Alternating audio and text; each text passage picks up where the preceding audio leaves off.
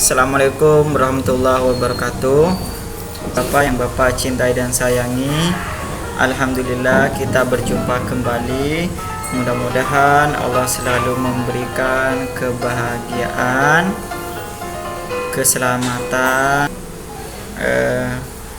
kesempurnaan bagi kita fi dunya wal akhirah. Mudah-mudahan Allah selalu memberikan kesehatan kepada kita. Yang sakit semoga Allah cepat angkat penyakitnya, semoga yang sehat semakin sehat, amin ya rabbal alamin. Dan Allah selalu memberikan kemurahan rizkinya kepada kita, rizki yang halal, yang berkah, yang banyak dan bermanfaat bagi kita dan orang lain, amin amin ya rabbal alamin.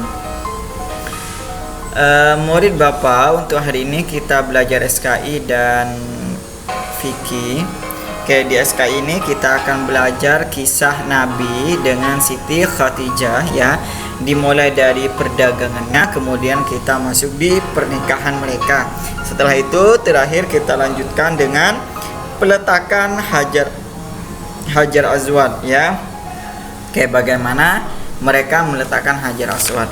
Oke, kita mulai dari yang pertama, yaitu masa berniaga ke negeri Syam yang kedua. Kalau kemarin Nabi Muhammad pernah berniaga ke negeri Syam pada saat berumur 12 tahun. Di Mekah itu ada seorang penduduk wanita yang sangat kaya raya. Dia saudagar kaya, dia juga mempunyai dagang yang sangat banyak, Siti Khadijah. Kemudian wanita ini ingin mencari orang untuk menjual dagangannya ke negeri Syam atau Syria. Setelah itu Siti Khadijah ini mendengar bahwa ada seorang pria yang jujur dalam berdagangnya, sehingga dia tertarik terhadap pria itu. Dipanggillah si pria itu, kemudian ditawarin untuk berdagang dagangannya. Setelah ditawarin oleh Siti Khadijah, Nabi Muhammad itu bertanya kepada pamannya Abu Thalib bagaimana pendapatnya. Setelah itu Abu Thalib memberikan pendapat, dan pada akhirnya Abu Thalib ini mengizinkan untuk membawa dagangan Siti Khadijah. Setelah itu Nabi Muhammad itu bersama rombongan kafilahnya pergi ke negeri Syam atau Syria membawa dagangan Siti Khadijah yang ditemani oleh banyak rombongan. Kemudian salah satu pembantu Siti Khadijah yang bernama Maisyarah ini pembantu setia Siti Khadijah, yang mana Maisyarah ini tujuannya ikut ya untuk mencari tahu bagaimana Rasulullah berdagang. Pada saat Rasulullah berdagang, Maisyarah ini melihat ya, memperhatikan gerak-gerik dan pembicaraan Rasulullah atau Nabi Muhammad dengan para pembeli ya. Nabi Muhammad ini yang dilihat oleh Maisyarah ini berdagang dengan jujur. Nabi Muhammad ini memberitahukan harga yang diberikan oleh Siti Khadijah, kemudian hitungan yang akan diberikan oleh pembeli. Seumpama harganya itu 1 dirham ya. Kemudian dari Siti Khadijah itu 1 dirham. Kemudian Nabi Muhammad itu memberitahu bahwa ini dari Siti Khadijah 1 dirham. Anda mau membeli dengan harga berapa gitu ya. Maka dengan dagang seperti itu, para pembeli itu semakin senang dengan Rasulullah, sehingga banyak yang membeli. Dagangan Rasulullah itu laris manis, sehingga banyak keuntungan yang didapat gitu ya.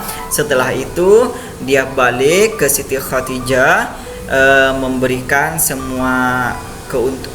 laporan dan keuntungan ya kepada Siti Khadijah. Kemudian Maisyarah pun menceritakan kepada Siti Khadijah alangkah jujurnya, alangkah bagusnya ya cara berdagang Nabi Muhammad SAW ya. Setelah itu Siti Khadijah ini tertarik ya dengan Nabi Muhammad SAW sebagai rekan dagangannya, karena Rasulullah yang Rasulullah yang sangat jujur, tidak suka menipu gitu ya, baik hati, ramah. Kemudian Siti Khadijah itu ingin menjadi seorang istri beliau ya. Maka dari itu Siti Khadijah itu meminta pamannya itu untuk melamarnya gitu ya. Sebelum dilamar itu Siti Khadijah itu mengatakan perasaannya kepada Nabi Muhammad itu melalui teman sejatinya, Hafizah binti Muniyah, itu teman sejati Siti Khadijah. Siti Khadijah itu menyuruh dia untuk mengatakan perasaannya kepada Nabi Muhammad. Setelah itu, setelah menjelang beberapa kali ungkapan mungkin ya seperti itu, Siti Khadijah itu meminta kepada pamannya ya, Amir Al-As'ad ya, untuk Muhammad ya. Kebalik ya, kalau kita mah sekarang yang cowok harus melamar yang cewek.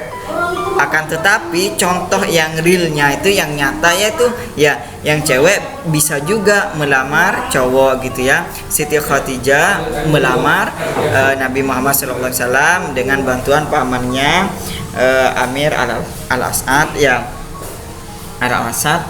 Kemudian mereka sepakat dengan Abu Thalib yang menikahi mereka, Nabi Muhammad dan Siti Khadijah, di mana pada saat itu Nabi Muhammad berumur 25 tahun dan Siti Khadijah berumur 40 tahun. Mereka akhirnya menikah dengan mas kawin 20 ekor unta gitu ya.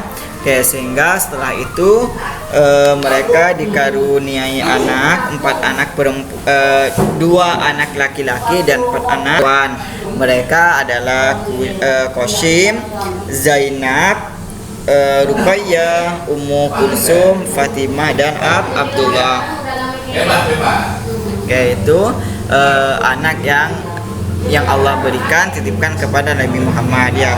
Setelah itu ada sebuah peristiwa, setelah mereka itu menjalin hubungan suami istri yang sangat harmonis, sangat indah, menjadi suri tauladan pernikahan bagi kita semua gitu ya. Mereka menjalankan dan bersama gitu ya. Mereka menjalani hidup bersama-sama. Rasulullah menjadi contoh suami yang baik bagi kita dan Siti Khadijah menjadi contoh istri yang baik bagi kita ya. Oke, setelah itu beranjak umur 35 tahun, ada suatu peristiwa ya, di sana itu terjadi banjir melanda Ka'bah ya, merusak Ka'bah sehingga itu dibangun kembali ya. Dan pada akhirnya pada saat peletakan Hajar Aswad ya, pada saat peletakan Hajar Aswad itu mereka saling berebut kekuasaan ya, saling berebut kehormatan untuk meletakkan Hajar Aswad dari suku ini gitu ya, dari berbagai macam suku untuk meletakkan Hajar Aswad, karena orang yang meletakkan Hajar Aswad itu termasuk orang yang sangat mulia, diagungin Allah. Mereka berselisih sehingga ada orang yang cerdas ya, dan bijaksana yang bernama Umayyah bin Maghirah dan dari Bani Makhzum ya, dia Umayyah. Kemudian Umayyah ini mengatakan kepada semua kaum gitu ya, semua suku ya, bagaimana jika orang yang bisa meletakkan Hajar Aswad ini adalah orang yang pertama kali masuk melalui pintu Syafa gitu ya, itu sayembaranya. Nah, mereka setuju dengan hal itu. Keesokan harinya itu ada seseorang pria yang gagah perkasa ya, yang melewati pintu masuk pertama melalui pintu Syafa, itu namanya Muhammad ya, Nabi Muhammad Shallallahu Alaihi Wasallam. Maka dari itu mereka meminta Nabi Muhammad sebagai Al-Amin ya, orang yang jujur dan terpercaya untuk meletakkan Hajar Aswad. Setelah Nabi Muhammad tahu bahwa ada banyak suku di situ, ya maka dari situ Nabi Muhammad membentengkan ya sehelai kainnya, ya, atau bahasa kita itu digelar gitu ya, kemudian Hajar Aswadnya diletakkan di atas kain itu. Kemudian Nabi Muhammad meminta setiap suku untuk memegang ujung kainnya gitu ya, suku ini gitu ya, sehingga mereka bisa semuanya meletakkan Hajar Aswad. Kemudian Nabi Muhammad memegang dan diletakkanlah oleh Nabi Muhammad, sehingga semua suku itu merasa terhormat karena sudah meletakkan Hajar Aswad. Oke, terima kasih atas perhatiannya. Bapak ucapkan wassalamualaikum warahmatullahi wabarakatuh.